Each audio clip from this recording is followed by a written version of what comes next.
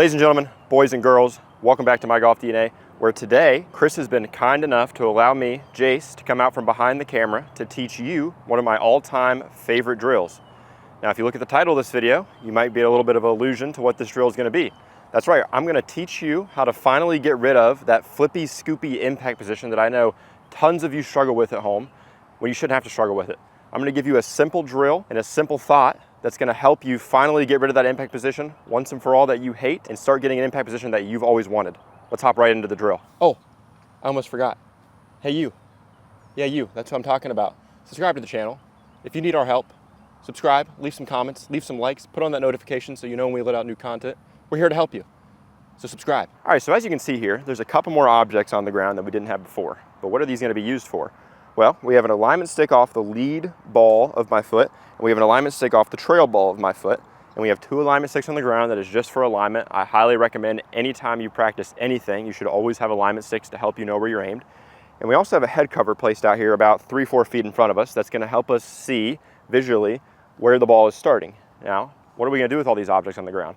Well, what these are going to do is start to train us visually what our hands and arms need to do and what the club face needs to look like at these positions to not flip and not scoop through impact. So if we're going to do this drill, I have a 60 degree here.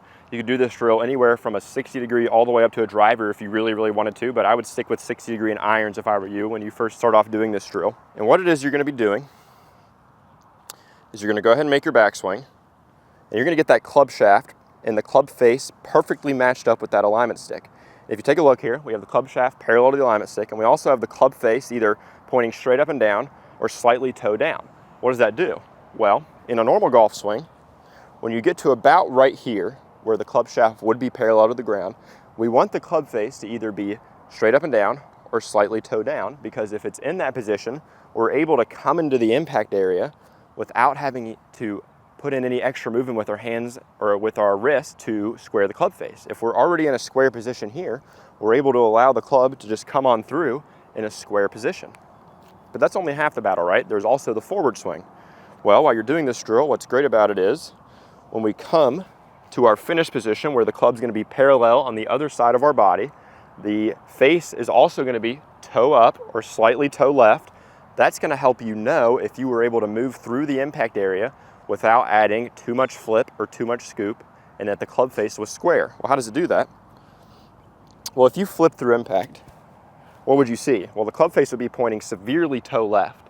And if I scoop through impact, the club face would either be pointing more open, it might be square, or what the big telltale sign here would be is you're going to have too much hyperextension in that left wrist. When we get to this parallel position on the way through, what you're going to notice is you're going to be in a nice relaxed wrist position here. We're not going to have too much extension and we're not going to be too flexed. It's just going to be in a nice relaxed position. Now, the great thing about this drill is we can do it with balls immediately. I don't want you doing too many dry reps. Of course, you could do practice swings with this drill, but I want you to be able to move these movements into your real swing as fast as possible. And the only way to do that is by hitting golf balls. So we can take it from the range or from our garage or from our basement onto the golf course.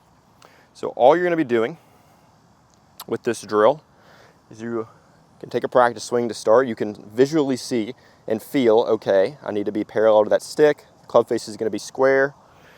And then swing through where the hips are going to be 45 degrees open, shoulders are going to be square, and then the club shaft will be parallel to that stick, and I can see the club face is toe up, meaning I didn't flip. Then you can go ahead and hit a shot.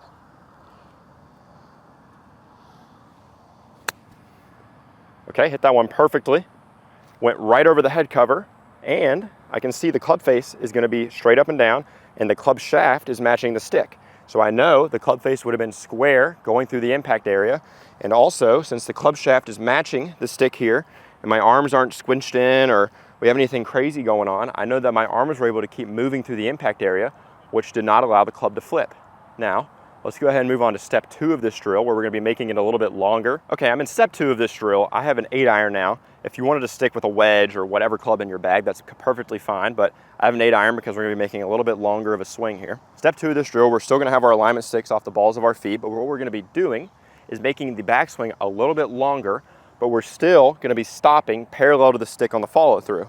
Now what this does is it allows us to move through this backswing position into a more of a real swing, but if we still swing normally and match up with this stick, we're going to know that the club face is square to the stick and the club shaft is parallel to the stick, meaning we didn't flip, we didn't scoop, and we moved through with a square face and had an opportunity for the ball to go as straight and true as possible.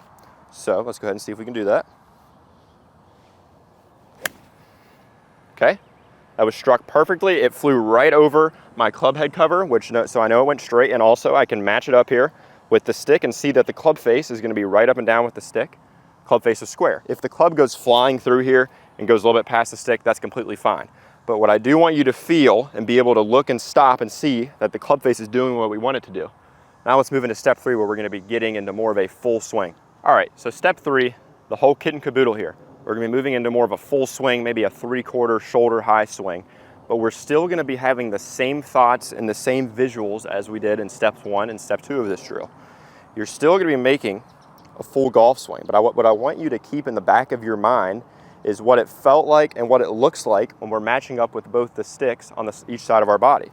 So if I go ahead and make my backswing, but I keep in mind what it feels like to have a square club face here on the way back, and then I keep in mind what it felt like here and what it feels like here, I can move through these positions while still continuing to make a full swing and hopefully bring this drill into my real golf swing.